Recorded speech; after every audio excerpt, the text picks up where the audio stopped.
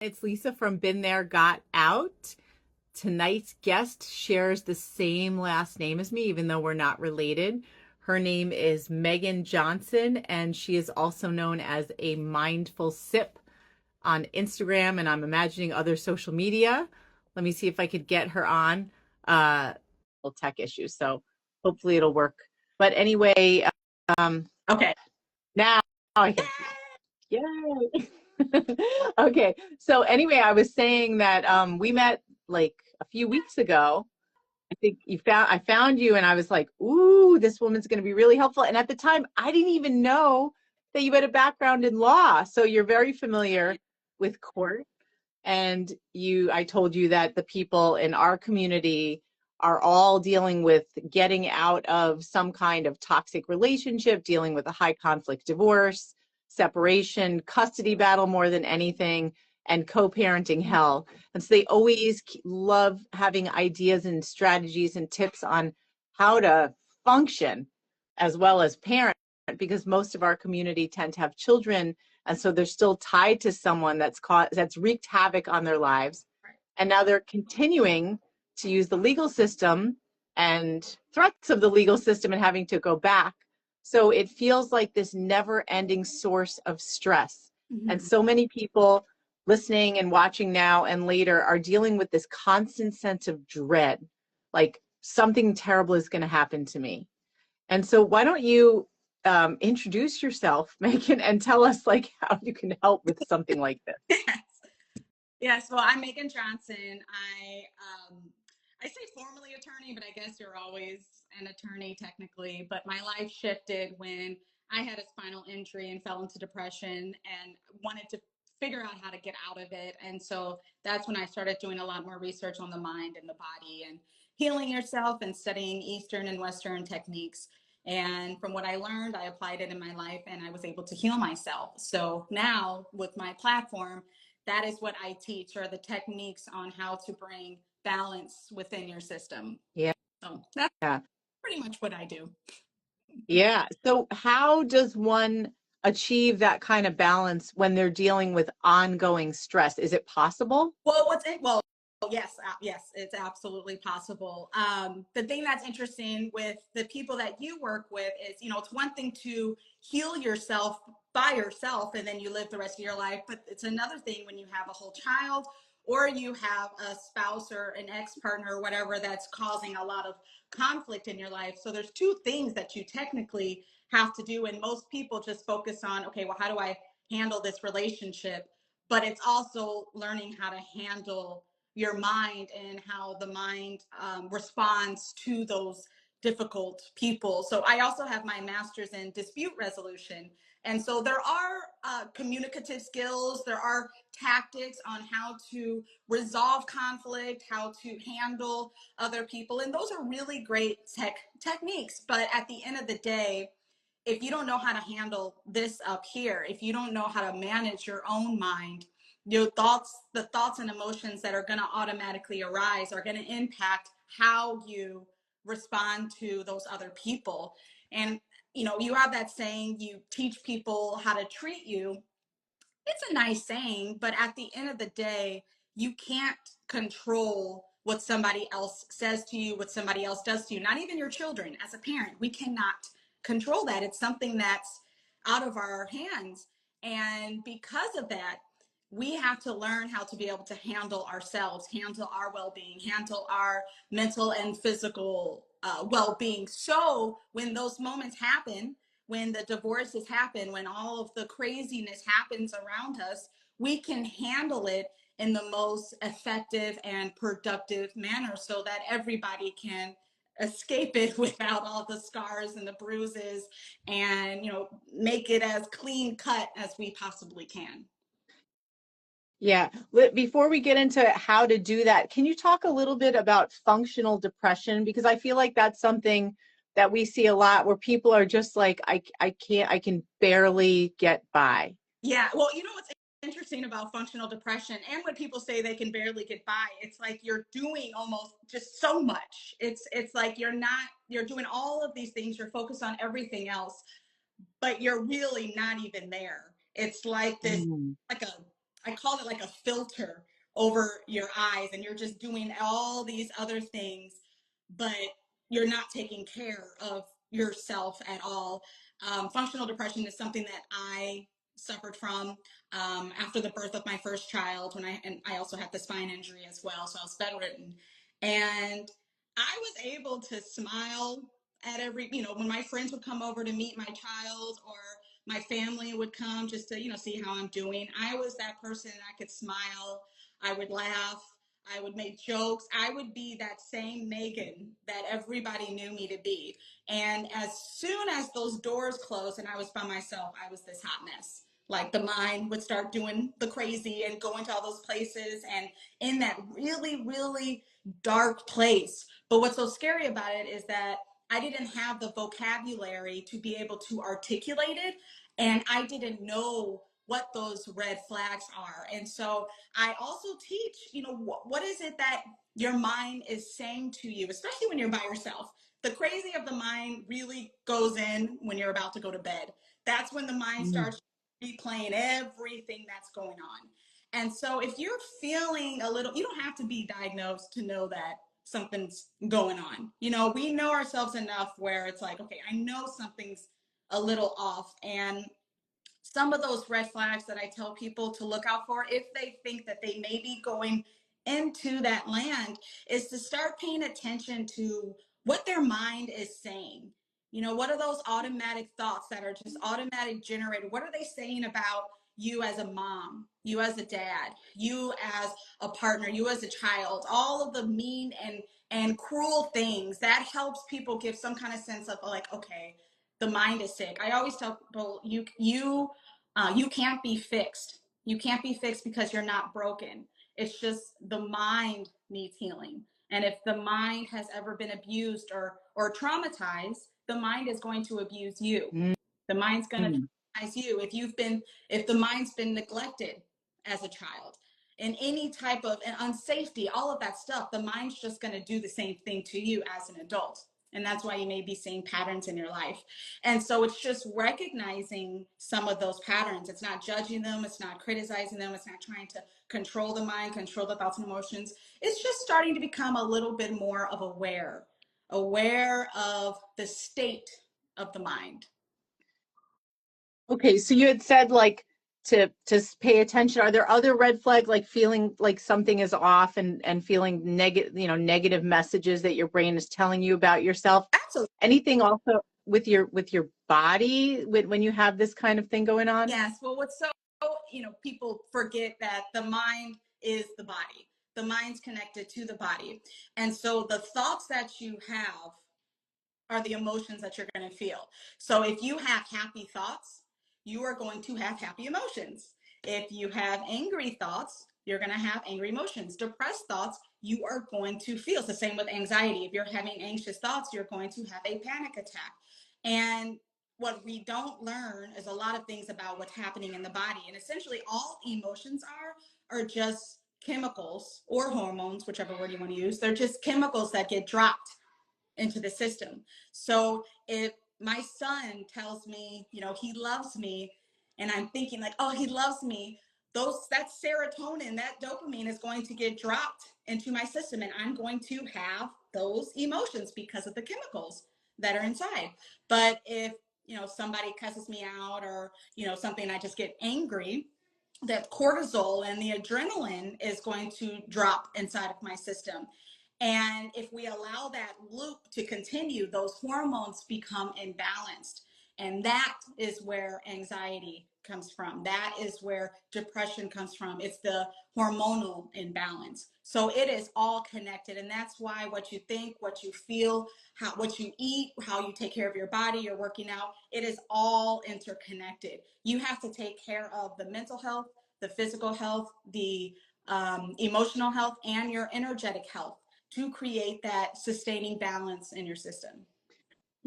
We often hear a line about like, oh, don't let your ex take up the real estate in your head in our community. And I'm just like, yeah, well, how do I how do I stop it? I mean, especially with dealing with legal abuse and going to court, dozens of times, or, I went a lot, but our clients don't go that often, hopefully, but they're always dealing with this kind of thing. And it's like, I don't know how to stop thinking about that stuff. Replaying, like you said, before you go to bed. I know often that the day of court or after court is when I get worse insomnia than beforehand. Beforehand, it's like, oh my gosh, what's going to happen? And then after court, it's like, oh my gosh, I should have said something differently. What did the judge mean when she was saying this? It's just like cycling around the things that already happened and questioning myself. Did I do the right thing? Did I mess up? I should have done something differently. How does one cope? Yes, the greatest way to learn how to cope, or to help you through that process, especially afterwards, is really understanding the mechanics of the mind, where your thoughts come from, where your emotions come from. And the mind was created to help you survive. And so if the mind picks up on anything that's like a threat to you, whether it's physically or psychologically, it's going to put that at the forefront. It is going to make that the most important, because the mind's like, no, we've been really hurt in the past. And if you're at a point where you're in the divorce proceedings, you have had many a times where that person has hurt you. So yes, legal abuse, but there was I'm sure, a whole list of other abuse that was happening prior to that legal abuse happening. The mental abuse, the emotional abuse, physical, sexual, whatever it was that really got you to that legal point. And so when you're in that state of just all this stuff going on, the brain is like, we have to protect ourselves. What do we need to do? We need to make sure that we got this, and this. And then, that aftermath, it's like really trying to, like, it's a computer. Mhm. So it's like really trying to, like, flesh out, okay, so I should have said this. So maybe next time I could say it like this, or I got to do this, so that makes sense. Your mind should do that, because that's how the mind is programmed to think. But when you understand that, it's time to start reprogramming the mind. And you do that by showing the mind some love. Like I said, the mind's been abused. So now the mind is not, the mind's not trying to hurt you, but the mind is in a sense abusing you while you're sitting there up all night, like freaking out, thinking, or anxious, having attacks and all that stuff, because, it thinks it's protecting you, but it's not. And so awareness is always one of those first steps that I tell people, is to start watching, because it creates a little bit of distance between you and the mind. I compare it like a robbery. If you were in a room and somebody held a gun to your head and said, give me all your money or I'm going to kill you, or you see somebody getting robbed with a gun to their head. And I ask, well, which one gives you more power, more control, and more choice over the situation? Is it being a victim of a robbery, or is it being a witness? Which one gives you more power, being a victim or a witness of a robbery? Are you asking me? Or, Yes. I mean, to me, it's both are terrifying, But because power and choice and control. yeah, I mean, a witness. Okay, a witness. Yes, because a witness, you can call the police, you can run away, you can try to stop the robber. You're a victim, you just lost in it. There's nothing you can do. And I tell people to treat the mind like that. If you want to gain power over your life, if you want to gain choice over your life, if you want to gain control over your life, you have to learn to become a witness to your thoughts and not a victim of it. And the greatest way is just to start observing them, not judging them and not criticizing them. And a lot of times, the stickier ones, like the ones that are really, really painful, it's hard to not get lost. And I totally understand that. And I treat this healing journey like at the gym. If I'm on the start of my physical journey and I go to the gym, I'm not going to bench press, like 200 pounds. I'm not going to do that, because I would hurt myself. So I'm going to start with my little 5-pound weights, and I'm going to work on those. And so if you want to learn how to separate yourself from the mind and not getting lost in all of these thoughts and emotions, and start gaining some control over your life, you start with the 5-pound emotions, the ones that don't take over when you think about it and you completely lose control. Those are like somebody honks at you annoyingly or shows up really late or cancels on you at the last minute, where you're annoyed, you're irritated, slightly stressed out. Start just watching those and feel what that feels like in your body when that irritation chemical gets dropped. And I tell people, you'll be amazed how often that emotion comes up in an entire day. Like when I first started this, I was exhausted. I was like, I couldn't believe how many of those automatic thoughts occurred. And like, I was just like, wow, it's happening again. It's happening again. And at some point, when something happens repeatedly over and over, you start to laugh at it, especially those small ones, the little annoying ones. And it's like, I just would kind of be like, oh, there she is. I was like almost treating it like it was like its own person. Like there it goes. There she is again. Oh, and so by laughing at your annoyance, by laughing at your slight frustration, you are creating new neural pathways in your physical brain.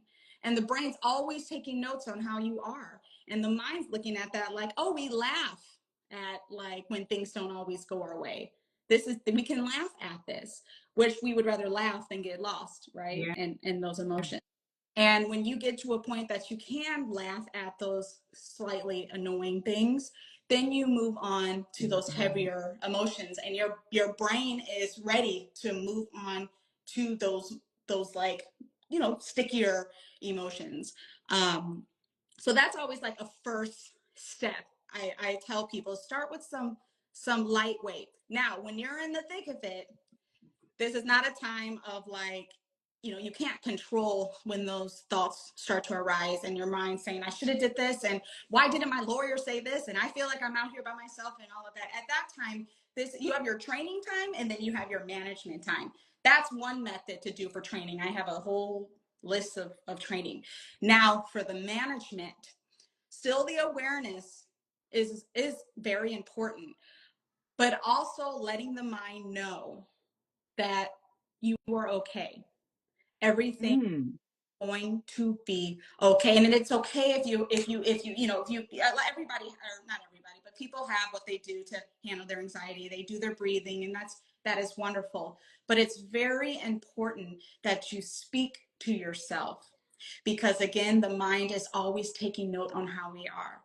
And if you are finding yourself, again, that awareness is so important. And if you find yourself going down that spiral, if you do have that awareness where you're able to separate and look at it, and then you say to yourself, I talk to myself all the time. I've become weird. I tell people, if you want to heal yourself, if you want to start on that journey, you have to stretch yourself, and you have to do things that you probably made fun of other people for, like, heal, and you say, this is not me.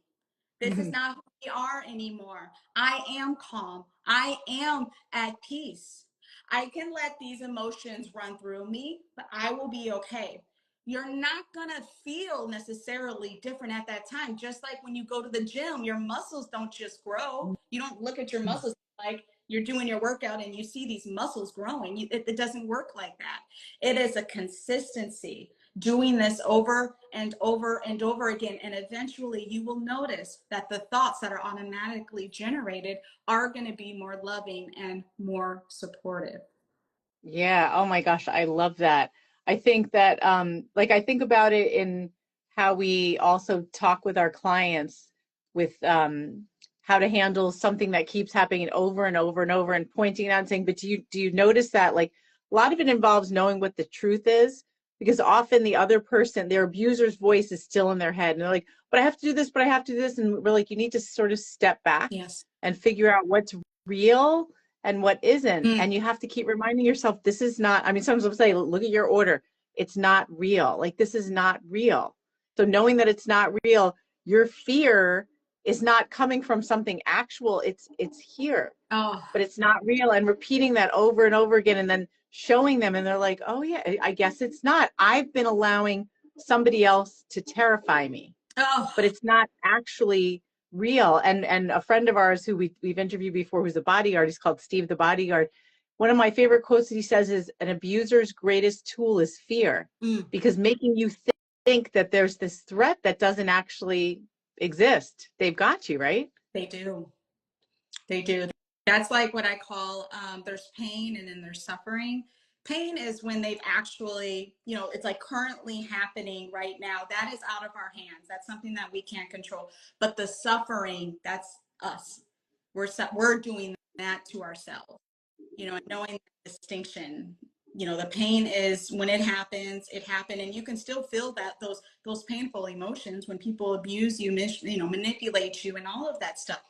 That is fine to have that, but that continued suffering, that's ours. And when we can start taking responsibility for how we are, and learning more about the mind and why these thoughts are repeatedly happening over and over, that is how we gain our power back. Yeah, now you're reminding me of something else in the end. It's almost like the power of perspective. I think about when a few years ago when I was still in the throes of like constant court appearances and feeling like I was never going to have the chance to show the evidence on the record. And I actually spoke to my daughter's therapist about it because I was like, I think I need to go back to therapy because I'm going crazy with this sense of constant injustice. And she said, like, what's making you the craziest? Like, what are you the most worried about? And I said, I just feel like I'm never going to have the opportunity to get the facts out. And she said, what if we think about it like this?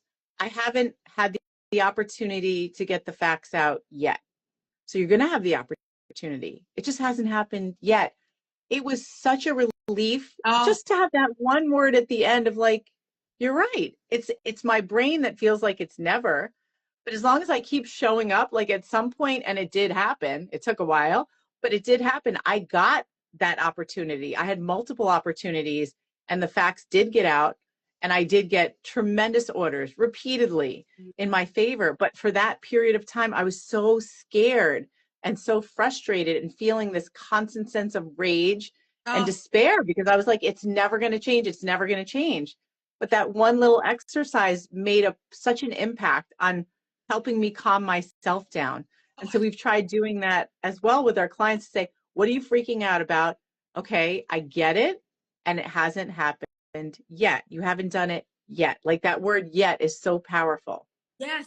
Oh, I love that that's what you teach to your clients. That is such a profound, yeah, that switching up that perspective is everything. And it's everything also because again, it's like the mind, it's these thoughts will automatically be generated. So when you say out loud, I'm never going to get this chance, your brain's like, oh, okay. And it's going to generate thoughts that are in the same like vibrational level, that low vibrational. It's going to give you other reasons why it's never going to happen. And it's like, okay, this is a low vibrational thing. We need to make sure that we have these low vibrational emotions.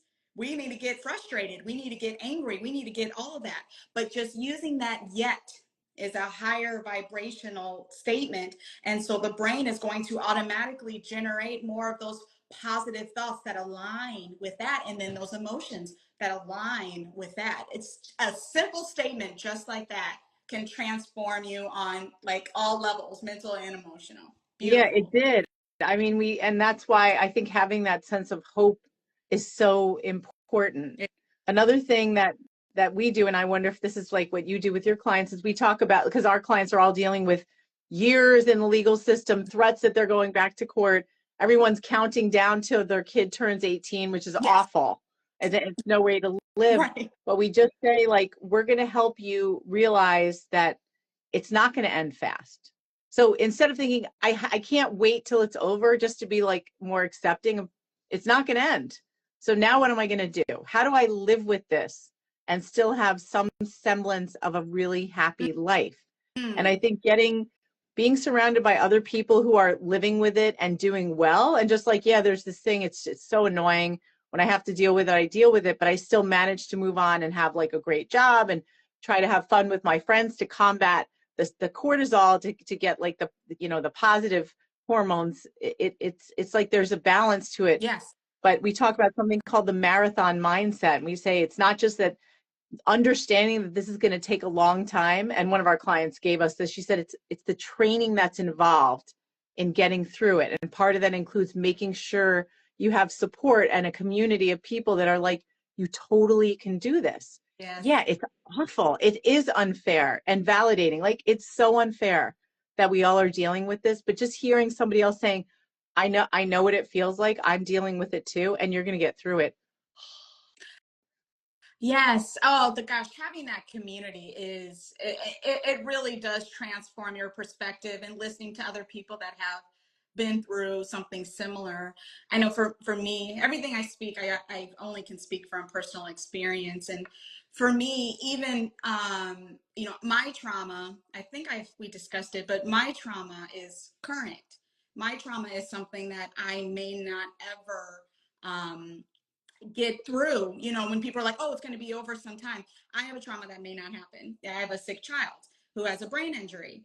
And so what I have learned is, even in the midst of trauma, and there's, it's not a lot of trauma that's more intense than, dealing with like something where you can't even help your own child. Like, there's nothing I can, the physical injury.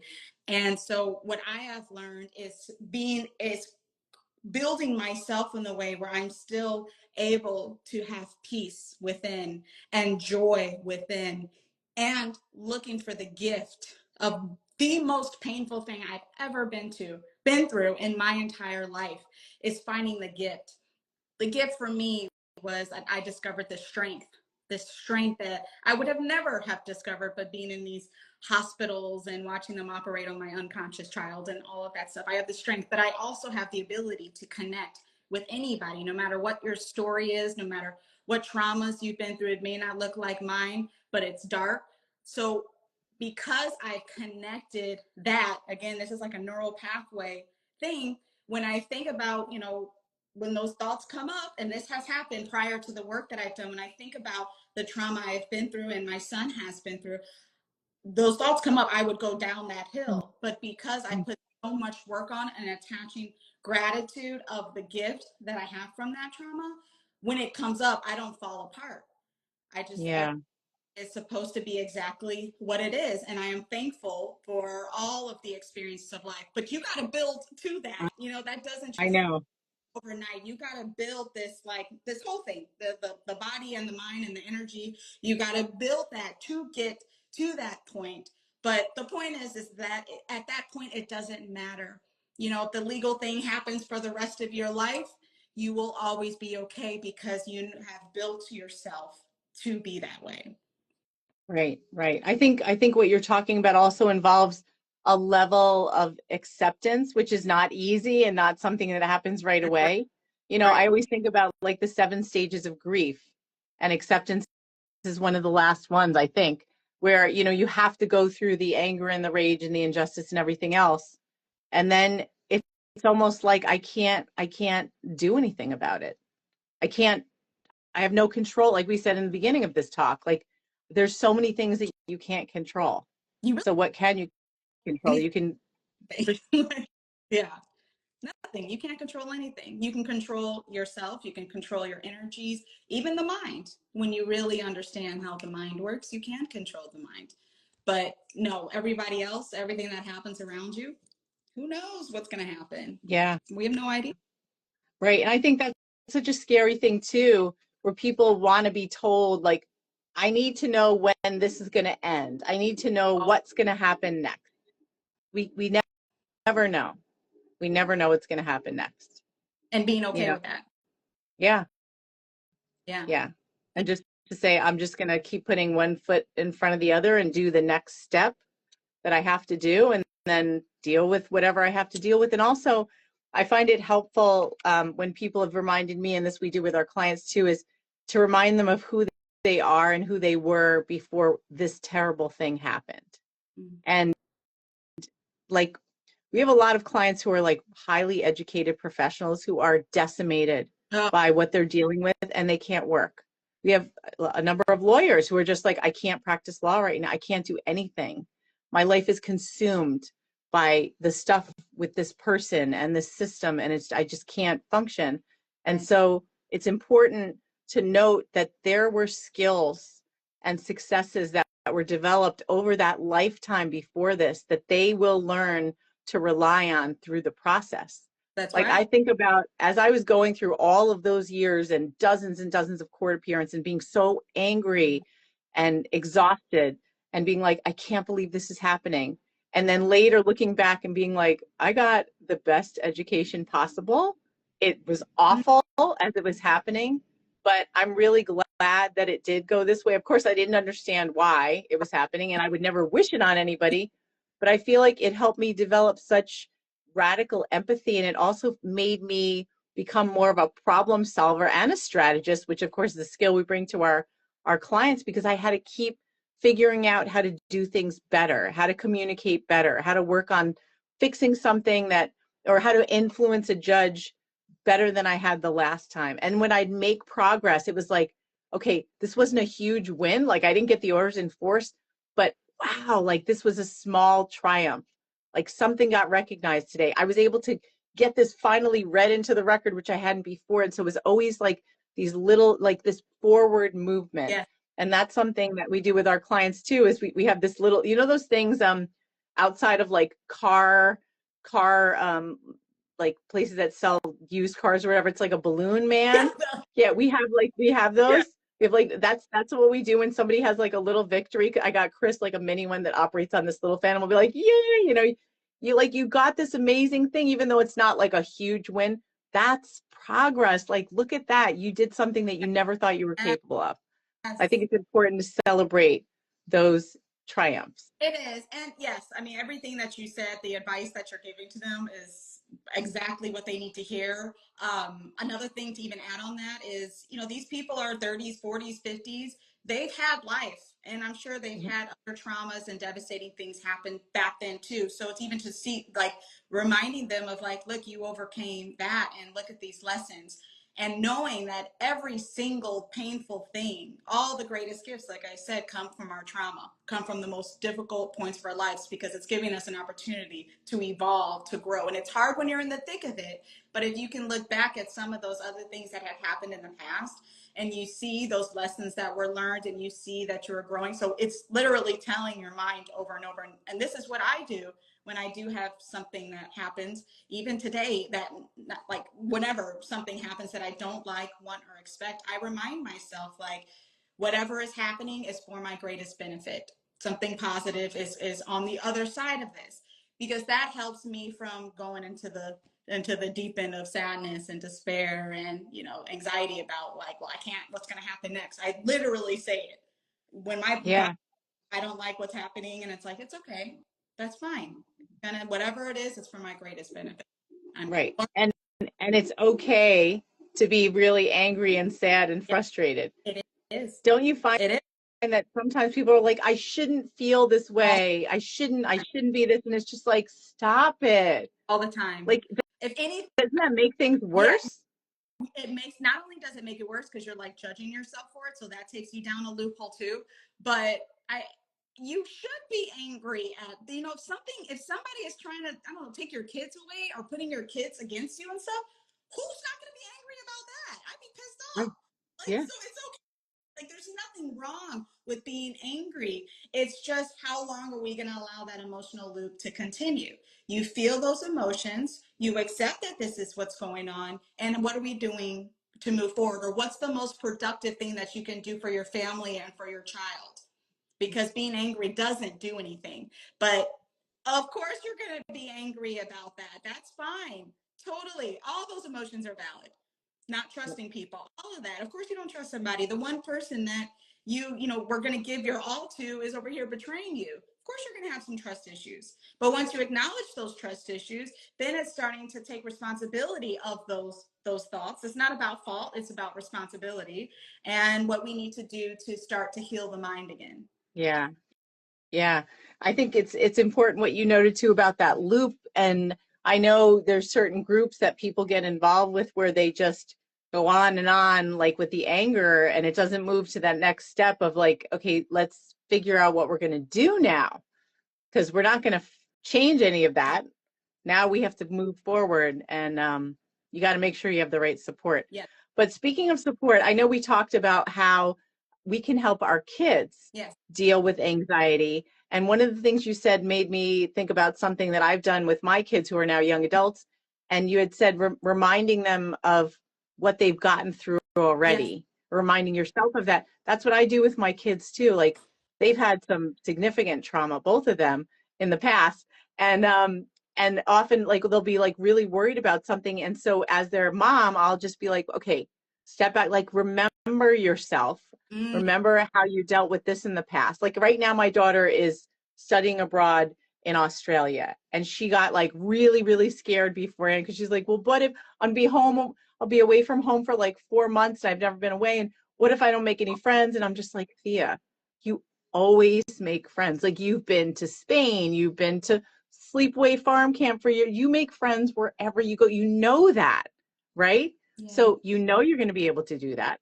Let's just see. And of course she's thrilled and happy, and now she doesn't want to come Or home. But it takes like sometimes an outside person, like someone who loves you or your kids, to say to them, you know yourself, like I'm going to remind you of who you are and what you're capable of. yes, good mom. Yes, that is so neat. It's such a great response too, because it's like this you're empowering her, and she's like, wait, I did that. Like she Yeah, did. It wasn't like somebody else did it. You can be like that person. She has done that. So her brain's listening. Like, oh yeah, we did that. You're yeah, right. Let's keep it moving. right. Oh, I love that. It's like you're capable of it. It has nothing to do with me. I'm just that witness who's reminding you of what you've done and who you are and how you know yourself, and everything's going to be fine. Beautiful tactic. I love that. And you have control over that. And I've said to her too, Thea, if you go in with this attitude of like, I'm not going to meet people, you're not going to meet people. This is completely within your control. If you go in and you have that open heart, like you always do, and you're curious and you make the effort to invite people to do things like have a coffee or whatever, of course you're going to make friends. Not every single person is going to want to be friends, but you increase your chances. You have that ability, you have agency. But if you just sit here and worry about it, you're not going to make friends because no one's going to want to come up to you. I mean, that honestly, you said like a target point, exactly what she needed to hear. Like I don't have any other thing to say to even bounce off of that. That is exactly what your daughter needed to hear. And you said she's fine. She's Yeah. flourishing. Yeah. And then I'll like rub it in her face. I'll be like, remember what I told you? Look at you now. See, and Chris always teases me too because I love to go, see, told you. You're just fine. Yes, you Right. encourage your child. Oh, that is so beautiful. Yeah. Yes, great, great. So Meaghan, but you're the expert more on this stuff. Like, what are some ways we can deal with kids when they have anxiety? It's not us, but we're watching them. We've had COVID with our kids. Yes. There's been all kinds of like social anxiety and stuff with social media where kids aren't socializing the way they used to, and that's creating like tremendous stress for them. And How do we help as parents? it's starting at a really young age. I It's not know. like in college and start even high school. It's like they're even younger. But when I have a parent that comes to me and asks me, how to handle like if the kid gets very stressed. A lot of these kids are so stressed out about getting the A's and school and getting in the right school and like all like really stressed more than I even remember growing up. But if the child is still at home, I tell parents the greatest gift that you can give to your child is you being joyful, is you being peaceful within, and it's you building yourself to be that way. It's, teaching doesn't really come with words, it comes Mm, from what they see. And the greatest teaching is also energy. And I know we don't talk a lot about energy on this side of the world, but even if you don't fight in front of your children while you're going through these legal proceedings, if your children don't like physically see it, they pick up on that energy. You're in bed and you thinking to yourself, not even bringing it to them. That comes on to them. That energy, it's a lower vibrational energy, and it sits in the house. yeah, Besides, you can feel that when you go into someone's you can't house. What kind of energy is there? You can. And a lot of parents get confused because it's like, I don't understand, like they don't see me worried and stressed and frustrated. I keep all of that to myself. I don't even say it to really anybody else and all that. I was like, oh no, they feel it. They feel it. And if they're having certain symptoms like that, and you've been stressed out and you're overwhelmed, and what parent isn't overwhelmed, but it does go into the children. And so if your child is at home, that's the greatest gift you can give them is to learn more about the system, raising your energy vibration and creating joy within you. And it's even more powerful if they see mom or dad, other people maybe attacking them, or those things that happen in mom or dad's life that they don't want or like, and they still see mom or dad joyful and peaceful. And that's how they handle conflict. That's how they communicate back to people. That's the greatest gift. Not trying to fix your child. It's you creating yourself to be the way, and they will naturally come out to be that way as well. Yeah. I mean, it makes so much sense. There's a book that I often bring up. I read it. Actually, I heard an interview with the author. It's called The Power of Fun, and the author's name is Catherine Price. And she talks about remembering a time when we were little and perhaps we were just like playing tag with our friends and completely in the moment and feeling like really, really happy and connected with other people. She's saying that often in our society, we don't do that anymore as adults in particular. And it's so important. And I think especially for people in our community, not just to practice self-care, but to do things that make them feel joyful and Yes. connected. Yes. Because we have so many distractions that people can't stay focused. And so it's really important to find activities to do, not by yourself, that's fine, but activities where you're connected with other people and you're not interrupted. So you can get into that sort of flow and just enjoy yourself. Yes. Great tactic, great method to that's another reprogramming of the brain, and it's letting the brain know that there's other stuff going on outside of this crazy over here. Yeah. There's Yeah. beautiful parts of this world. You get so like, tunnel visioned of just how this person is hurting you, how it's impacting you, your money, your time, energy, all of that. That's all you're going to get. And that's all the mind's going to show you. Like, okay, we're just going to be in this world. But yes, doing other things and seeing that there is beauty in this world, the brain's going to say, oh, okay, there is beauty. And it's going to generate more beautiful thoughts. So Yeah. you You got just reminded me. So we have a client and she happens to be pro se or representing herself. And she was, of course, freaking out and dealing with all kinds of issues with her ex and was totally stressed out. And I told her about the power of fun. And I said, your homework is you have to find something, anything to do with other people just for 10 minutes this weekend. Just find anything. Like, what did you used to do in the past? What did you love to do? And she said, you know what? My job has a volleyball team and I used to love playing volleyball. I'm going to go play volleyball. So that weekend, we talked to her later. She said she went to go play, but it was the wrong day. And so most people weren't there, but there were like these 5 guys or something that showed up. And so they were like, let's just play anyway. So she played and she's like, I completely lost myself for however long. And it was so much fun. And I haven't felt that way in years. Yes. And then she decided to keep doing the volleyball and do it with work or whatever. And so she stuck with it for at least several months now. And the other week she was telling us on some of the stuff that was happening in court, and she kicked butt. Like she was doing so well, and she's like, reporting back in our group about like what's happened, and she got this and she got that, and I'm like, wait, whoa, wait, do you hear what you're saying? Like when we met you, you were completely freaking out, feeling like the world was ending. And now you've just listed not only like some triumphs, but some serious victories.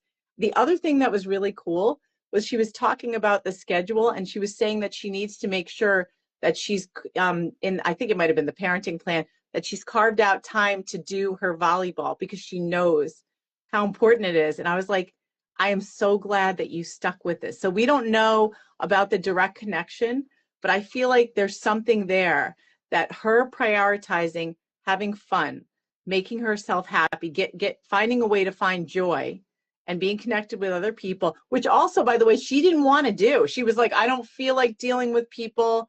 I know I'm not really fun to be around. She did it anyway, and it developed into this really positive habit, and other things in her life, like some of her biggest problems, she managed to triumph over. So I was just thrilled to hear that story. I love Yeah. that. I love that. And the mind is going to tell you not to you know, get involved with other people. Don't try new things because the mind doesn't like to do new things because Right.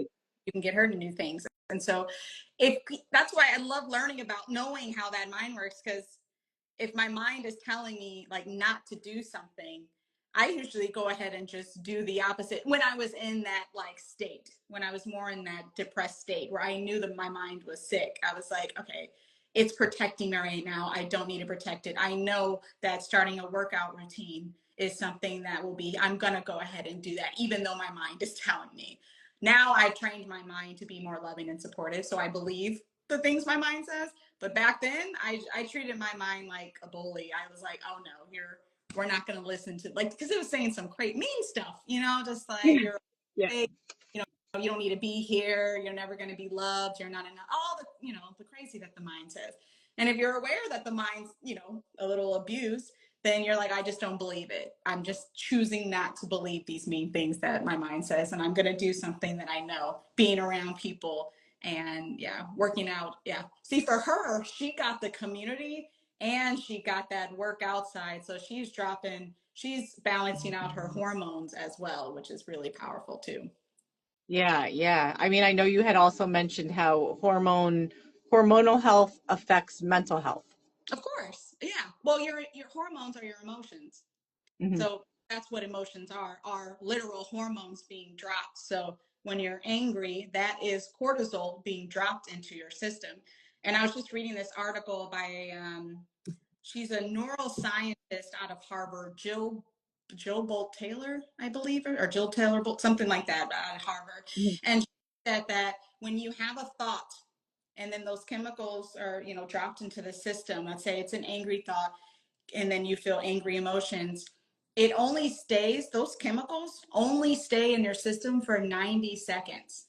And if you Really? know, yeah, if you know how to allow it to run through your system, maybe you need to go on literal running around to like get it through, you need to scream, whatever it is, allowing those chemicals to run through, then it's over. The problem is that we get into the emotional loops and it just keeps going. So we think it again, then the chemicals are dropped again, then we think it again, and it just becomes this a loop that is our doing. Yeah. Well, I'm so glad that you got yourself out of this. So in your own way, you're like a been there, got out person. Yes. So that's wonderful. Oh yeah. It I And would such a great role model, like to show like I did it myself and you're helping so many oh people, yeah. get better. Anybody can do it. It's just the stuff we should have learned this stuff in second grade, even before reading. We should have learned how this works. It's crazy that we don't understand, and we're just all lost in the abyss. And most people don't think that they can heal because if you've never been taught how to fix something, you're just like you feel like you're stuck in it. But it's just learning. Once you learn it, master, and you're good to go. It's really Yeah. yeah. Well, Megan, I know aren't you working with young people too? You don't just work with parents, you work with young people. On people too, and it's interesting. So like whenever I am with young people, I always try to get the parents involved because at the end of the day I can say things all the time, but then they still have to go home to Mhm. whatever they're going home to. So I love working with children. I think it's beautiful. I just really try to keep it as a family so the whole family can grow and heal together. Yeah. Yeah. Yeah. So how can people find you, Megan? Well, Instagram, it's my DMs. You can find a mindful sip is the name of my Instagram. My website's meaghanjohnson.com. That's on my Instagram link. Yeah. Um, I'm also offering these every first Wednesday, I'll be doing these workshops because I want to create a community because the healing journey is a journey. It's not something that you do one time again. It's that building that muscle. And so I want to make myself available to more of my followers, or it's once a month. It's to teach, but also ask questions to be more specific on what it is that you're going through in your particular healing journey. And so the first one's tomorrow at 7 o'clock Central Time. So I'm very excited to Yay. start. Oh my gosh, perfect timing. Oh, that's excellent because I love your videos and I know hopefully people will see stuff tonight and head over to you tomorrow Oh, and after if they miss it tomorrow. yes, yes. And I love what you're doing. I love this niche. You know, there was such an opening there, and there's so much pain, as you know from your experience.